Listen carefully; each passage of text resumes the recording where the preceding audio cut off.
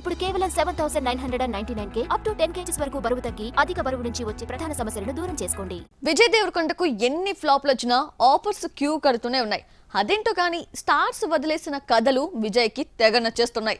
Present నటిస్తున్న 3 సినిమాల్లో 2 కథలు స్టార్స్ నుంచి వచ్చినవి. అవేంటో చూద్దామా? విజయ్ దేవరకొండ కెరీర్లో హిట్స్ అంటే పెళ్లి చూపులు, అర్జున్ రెడ్డి, గీతా గోవిందం, టాక్సీవాలా.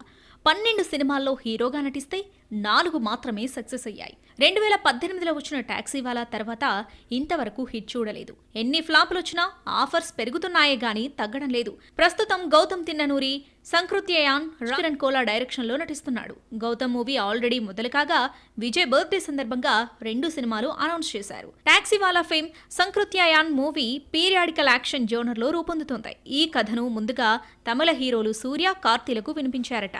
అన్నతమ్ములను తండ్రి కొడుకులుగా చూపిస్తూ మల్టీ స్టారర్ ప్లాన్ చేశాడు రాహుల్. తమిళ తంబీలకు కథ నచ్చినా ఈ ప్రాజెక్ట్ సెట్స్ పైకి రాకపోవడంతో విజయ్ కు స్టోరీ వినిపించి ఒప్పించాడు దర్శకుడు. సూర్య, కార్తీలను తండ్రి కొడుకులుగా డైరెక్టర్ చూపించాలనుకుంటే వర్కౌట్ కాలేదు.